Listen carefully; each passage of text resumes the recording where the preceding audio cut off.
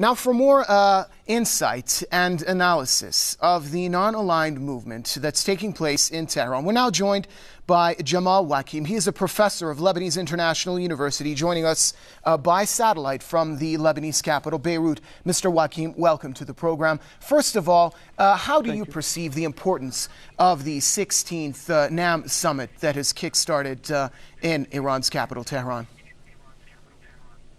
There are a lot of points that should be tackled. The first is that this conference is held in Tehran at a time when Iran is being submitted to more Western pressures regarding its nuclear program. So Iran will become the president of the non-aligned movement for the upcoming mandate. And any aggression by Israel or the United States against it will be symbolically an aggression against the non-aligned movement. So I believe that by becoming the president of the non-aligned movement for the next mandate, Tehran will be buying time against any aggression directed by Israel and by the United States. On the other hand, it's also important at a time when the West is trying to blockade Iran. This conference held in Tehran is giving Iran international recognition and legitimacy and immunity against Western pressures. And the third point that should be mentioned here is the Syrian crisis, at a time where the West is trying to isolate the Syrian regime. This summit is giving more balanced solution to the Syrian crisis, and hence, actually, it was praised by the Syrian delegates participating in the conference. So it counterbalances the Western pressures against the Syrian regime at a time when the Syrian regime is acquiring the upper hand against the insurgency in Syria. Mr. Wakim, we're going to go over all those points separately, but I'd like to bring this issue to the forefront. First of all, Foreign Minister Ali Akbar Salehi had stated that he wishes to strengthen the status of the non-aligned movement in the political spectrum worldwide. What can Iran do, and what should Iran do during its tenure as president of the non-aligned movement? The most important thing that Iran could do is to give more coherence to this movement, which is more of a club of states rather than having actual political power, because many of its members are aligned to one or another superpower, mainly Western powers. We could mention Saudi Arabia, for example, which is a satellite that runs in the orbit of the United States. So this undermines the ability of this non-aligned movement to have autonomous political decisions. But for Iran, in the upcoming decade, we will see a new alignment in the world, where the United States is trying to extend and expand the coalition of Western countries and trying to include Turkey, and to an extent it's trying to mend fences with Russia. The role that Iran could play is to give more activism to this non-aligned movement in order to give poorer countries and developing countries a say in global issues and in world affairs, and not have it all depending on the West and on the United States.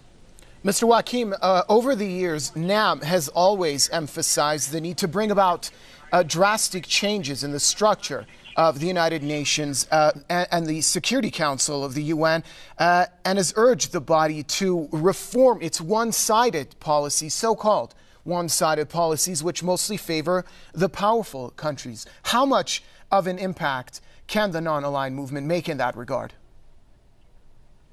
The prospects are weak in the near future, but I believe in the long run, with states like Venezuela, like Iran, like Cuba, they could, if they complement their economies and their policies and coordinate them, I believe that they could encourage other countries like Brazil, like India, to follow suit and to join them in elaborating on a unified policy, broader policies that could give more balance to the one-sided United Nations policies, which are complementary, which has been complementary in the past 2 decades to the American policies. Mr. Joachim, what about the stance and position that Iran has in global politics? Now, the gathering in Tehran is seen by many as disappointing for those who want to find Iran isolated and packed down, whether it's the United States, whether it's Israel, or the European powers. Well, the most important thing is the geopolitical dimensions or the geopolitical position of Iran, which has always played a role of linking the Far East with the Mediterranean.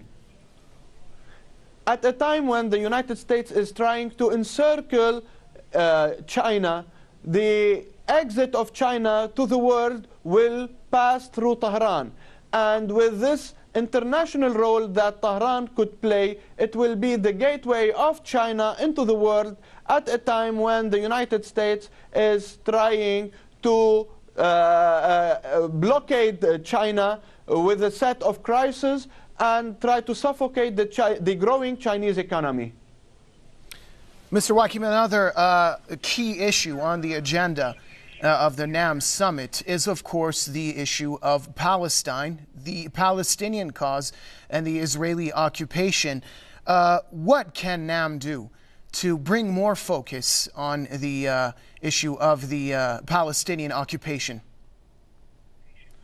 Well, if Iran succeeds to give relative power during its mandate to the non-aligned movement, I believe that it could, to a certain extent, tilt the balance to the favor of third world countries and hence be more capable of supporting the Palestinians in their quest for independence and for freedom. But for the time being, Israel, supported by the United States and the West, is unwilling to give any concessions. It's still expanding its colonization of occupied territories. It's still trying to infringe on Muslim and Christian presence in the old city of Jerusalem. So I believe that this is the main task that should be followed and pursued by Iran in the next few years as head of the non-aligned movement. And also, let's not forget the issue of ending the unrest in Syria. I believe the Egyptian President Mohamed Morsi, who is also scheduled to attend the summit, is going to take another stab at finding a political solution to the unrest by creating a contact group. What do you see as the level of success for such efforts, and what are the repercussions of such efforts on a broader global perspective? Well, regarding Egypt, which is passing through a crisis and which is trying to re-elaborate its vision for its role in the Middle East, I believe that we need to wait a little bit. But the Americans had tried to establish a triangle of Sunni Muslim states, quote unquote, Ankara, Riyadh, and Cairo, to blockade what they call as Iranian expansionism. However, with the presence of Mohamed Morsi in the conference, it might lead into directing Egyptian policies into another direction and into another end. We need not to forget the hostility and the competition over the leadership of the region between Egypt and Turkey in the past 4 decades, centuries, sorry. And I believe that Iran can benefit from this to mend fences with Egypt and get into a better understanding in spite of differences. And also, a lot of major foreign players are participating in this summit. But one of the highlights is definitely UN Secretary General Ban Ki-moon, who is scheduled to land in Tehran in a matter of minutes. Tell us about the significance of Ban's participation in the summit and visiting Tehran. The Israelis didn't want it. The Americans didn't want it. The New York Times even went as far as describing Ban's decision as a blow to the U.S. and Israel. Definitely it is, because the presence of the UN Secretary in the conference gives legitimacy and acknowledged the international legitimacy of Iran's presidency of the non-aligned movement for the upcoming mandate. So this is a severe blow to the American, Israeli, and Western pressures in general to blockade Iran and strip it of international recognition. Mr. Wakim, Iran has been facing illegal unilateral sanctions as of recent by the United States and its Western allies. Iran is a member and signatory of the NPT, and it is Iran's inalienable right to peaceful nuclear energy. How can Iran bring the issue of these illegal sanctions to the fore at this summit? Well, being the head of the non-allied movement, it can benefit from this position and address its, let's say, demands backed by over 120 states. This might not have a political power, but it still has a moral power to support Iran against the West and against the United States. And also, let's not forget the issue of Egypt. You also mentioned this is the first visiting Egyptian president since Iran and Egypt broke ties when the Egyptian nation back then in 1979, if I'm correct, signed a peace agreement with Israel. Tell us about the repercussions and ramifications globally and specifically in the region that the issue of increasing ties between Iran and Egypt could have. As I said before, we need to wait for Egypt to elaborate its new direction in the region. We should not forget that the ruling elite now in Egypt has been allied to the United States for the past 5 decades as a political party, and it acquired power in Egypt with the support of the United States, and in an attempt by the United States, at least by the neoconservatives in the United States, to let's say work on a schism between Shia and Sunnis.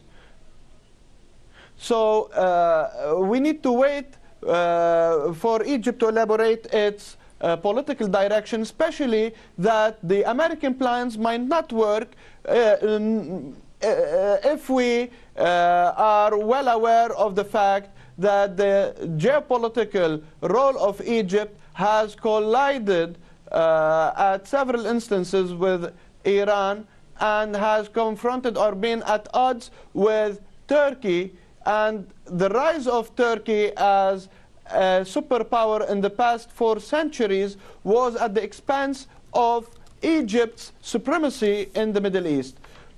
So we need not forget about these geopolitical dimensions, and we cannot see things from a one-sided dimension. All right, many thanks. Professor of Lebanese International University, Mr. Jamal Wakim from the Lebanese capital, Beirut. Sir, thank you for sharing your thoughts with us here on Press TV.